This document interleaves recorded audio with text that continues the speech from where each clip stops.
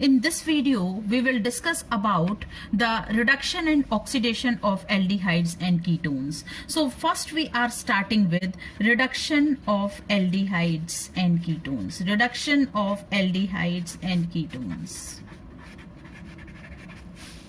We are doing chemical properties only. Earlier we discussed about the chemical properties, that is nucleophilic addition reactions of aldehydes and ketones.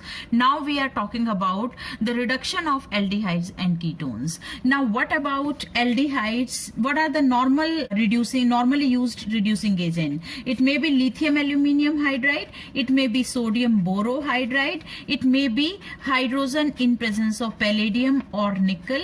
So all these are what? These are the commonly used reducing agent, and if we use these reducing agent and we reduce aldehydes, will be giving primary alcohol, and if we do reduction of ketones, they will be giving secondary alcohol. So how is the reaction? Say for example, we are taking aldehyde, that is ethanol. So we have taken ethanol, or it is acetaldehyde. When we do its reduction with lithium aluminium hydride, it will be reduced to the corresponding alcohol, that is CH3CH2OH. Now, if we do the reduction of a ketone, that is CH3C double bond OCH3, if we do reduction of this ketone with lithium aluminium hydride or with sodium borohydride, etc., it will be forming the secondary alcohol. So we should be very clear that with the normal reducing agents, aldehydes will always be reduced. With the normal reducing agent, the aldehydes will always be reduced to primary alcohol, and ketones will be reduced to secondary alcohol. Reduction, ketones will be giving secondary alcohol, and that is what we can observe here. Now if we do oxidation, which we have already done in the methods of preparation, if we do its oxidation, upon oxidation primary alcohols give aldehydes, and upon oxidation secondary alcohols give ketones. So that is how we know all this. We have done earlier in this chapter, otherwise in the previous chapter also.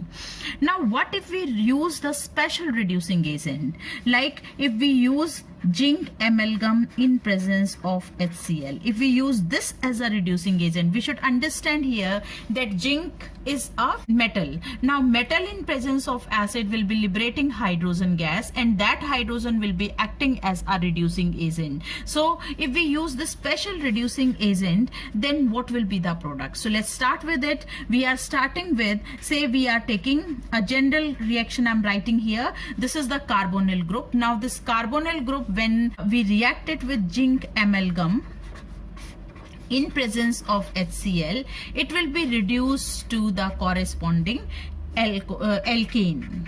It will be reduced to the corresponding alkane, like this. So this was a general reaction I've written. Say for example, we are taking acetaldehyde here. It is CH3CHO, and if we do its reduction with zinc amalgam in presence of HCl, then it will be reduced to the corresponding alkane. So this is ethanol. Ethanol will be reduced to ethane. So it will be CH3CH2H plus H2O. So ethanol is forming ethane. What if we are taking propanone? It is CH3CH3C double bond O. If we do reduction with zinc amalgam and HCl, what will be the product? The product obtained will be CH3CH3CH2. So propanone is reduced to propane. So the corresponding alkane is obtained upon reduction. We are using a special reducing agent here, that is zinc amalgam and HCl, and there is a special name of this reaction, that is Clemenson's reduction. It is double M, CLEMMEN SEN. So Clemenson's reduction is the name of this reaction. What is the reducing agent in this Clemenson's reduction? It is zinc amalgam and HCl. And how the reduction will happen? The aldehyde or ketone will be reduced to a corresponding alkene. If it is 2 carbon aldehyde, 2 carbon alkane, 3 carbon aldehyde, 3 carbon alkane. So that is how the reduction is. Clemenson's reduction being a name reaction, this is very, very important. Now the next we are starting with, that is Wolff-Kishner. Wolff-Kishner reduction. These reaction is again a reduction reaction. Here the reducing agent is hydrazine. That is NH2 NH2. Hydrazine is the reducing agent used in the Wolff-Kishner reduction. How is the reaction? Say we are taking a general reaction, that is carbonyl group is reacting with hydrazine. We know it very well. Whenever it react with hydrazine is an ammonia derivative. So when it will react with this, then water will be given out and we will be getting hydrazone as a product. O from here, H2 from here, we did in the previous video also. So here it is C double bond N NH2. So we are getting hydrazone. Now this hydrazone, if we do its reaction with KOH, we do its reaction with KOH in presence of ethylene glycol, then the compound obtained will be, that is CH2 plus N2. So here again it will be reduced to the corresponding alkane. Let's take an example. We are taking CH3 CH double bond O. We are doing its reaction with hydrazine. Then the product obtained will be CH3 HC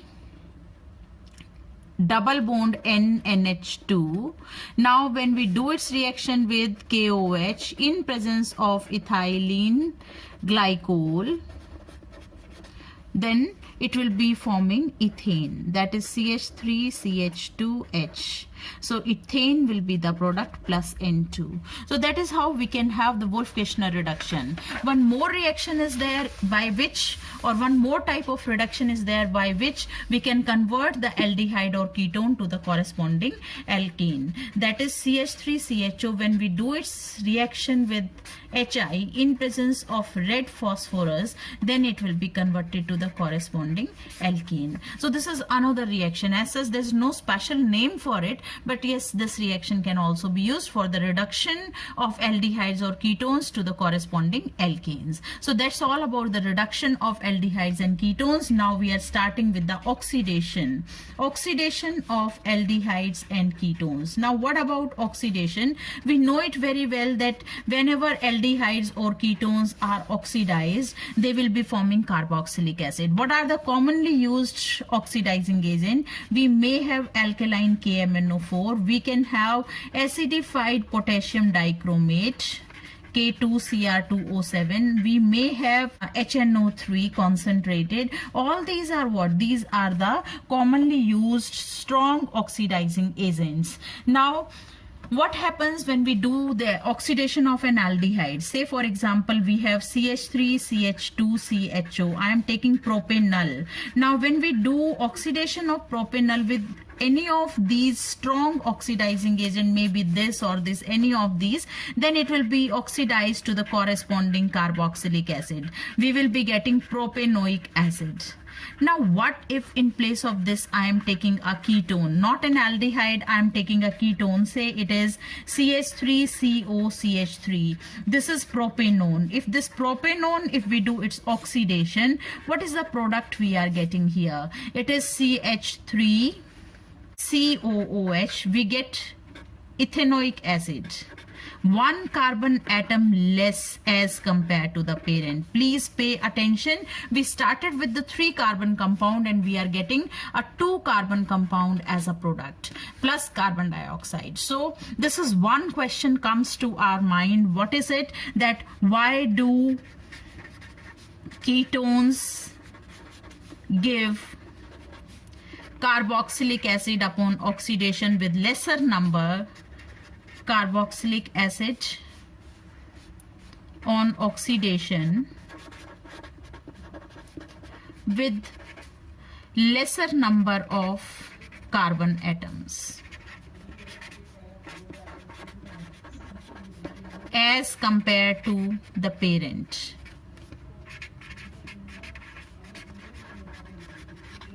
So this is one question we should understand, or we should know the answer. Now, one more fact about the oxidation of aldehydes and ketones I want to mention here, that aldehydes can be oxidized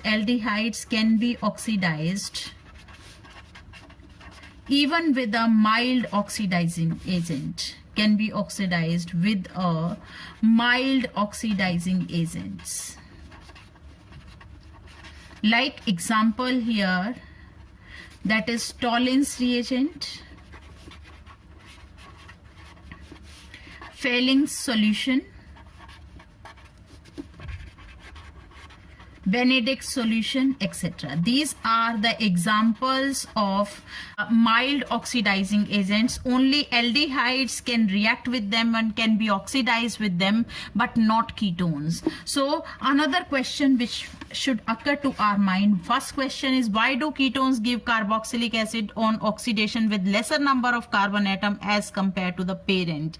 And the second question which should occur to our mind is that why do aldehydes reduced with the Tollin's, the mild oxidizing agent, while the ketones cannot do so? So why aldehydes can be oxidized with mild oxidizing agents,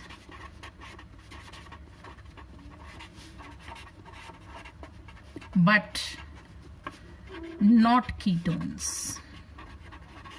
Only the strong oxidizing agent can oxidize ketones. Why? What is the reason for it? So we should understand here, in case of aldehyde, if we see, this is the structure. Here is H present. Now this H can easily be oxidized. This H can easily be oxidized to OH. For the oxidation, can easily be oxidized. This H can easily be oxidized to OH group. While what happens in case of a ketone? In case of a ketone, we have both side alkyl group. So if we want to introduce the OH here, in addition to this, then what we have to do? Either we have to break this carbon-carbon bond, or this is to be broken. So one of the carbon-carbon bond is to be broken. So one is retained and one is broken, and that's how the oxidation is taking place. So here we should understand why are we getting carboxylic acid with lesser number of carbon atom, because in oxidation of ketones, or oxidation of ketones is accompanied with the breaking of carbon-carbon bond. Carbon-carbon bond is broken, that is why the number of carbon atoms in the product will be lesser. First. The second is because it involves the breaking of carbon-carbon bond, which is very difficult. For that we require lots of energy. That is why it is not easy to oxidize the ketones. So that is how we can explain that why ketones cannot be oxidized easily. So this is all about the reason or the comparison of the reactivity towards oxidation reactions of aldehydes and ketones. Now what about how oxidation will take place? Like one example we took, that is this acetone or propanone. When we do oxidation of it with a strong oxidizing agent, it will be oxidized to the carboxylic acid with carbon atom lesser. Now what if we have this type of ketone? Say it is CH3 C double bond O CH2 CH3. Now here how the oxidation will take place? What will be the product here? Now here again carbon-carbon bond is to be broken. Either this bond will be broken or this bond will be broken. So say if we number it as 1, 2, 3, 4. So if carbon-carbon bond that is between 1 and 2 is broken, then the product will be propanoic acid, that is CH3 CH2 COOH. This will be giving one product, and the other will be oxidized to carbon dioxide. When are we getting this product? When the bond cleavage between C1 and C2 is taking place. What if the bond cleavage between C2 and C3 will take place? Bond cleavage between C2 and C3. If the bond cleavage between C2 and C3 take place, then what will happen?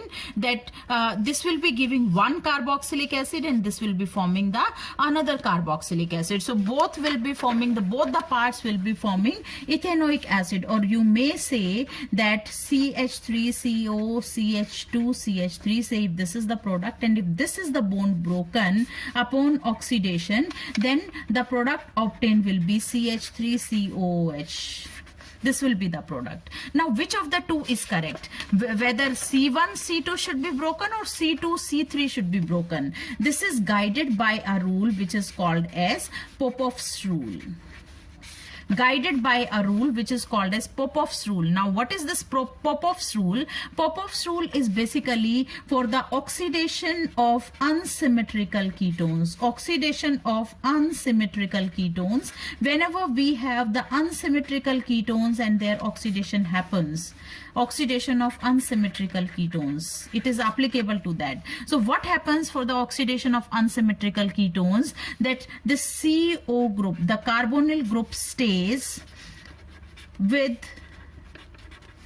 the lesser number of carbon atom part, lesser number of carbon atom part, and that is why the bond between C2 and C3 should be broken. This is more favorable according to the Popoff's rule. Now, say for example, we have this compound CH3, C double bond O, CH2, CH2, CH3. So this is the compound. Now, how the bond will be broken here? Here again there are two chances. One is 1, 2. That bond between 1 and 2 is broken. If this bond is broken, the product obtained will be, that is butanoic acid, CH3, CH2, COOH. But as we discussed, according to Popoff's rule, this CO should stay with the lesser number of carbon atom. So that is why what should be the, which bond should be broken first of all, and what should be the product. So we should understand it, which bond will be broken. The bond between this and this will be broken, and this is C2 and C3. So bond between C2 and C3 will be broken, and that is why the product obtained will be ethanoic acid. One is corresponding to this part and the other is corresponding to the next part, that is CH3, CH2, COOH. So these are the acids or the carboxylic acids obtained upon oxidation of ketones according to Popoff's rule.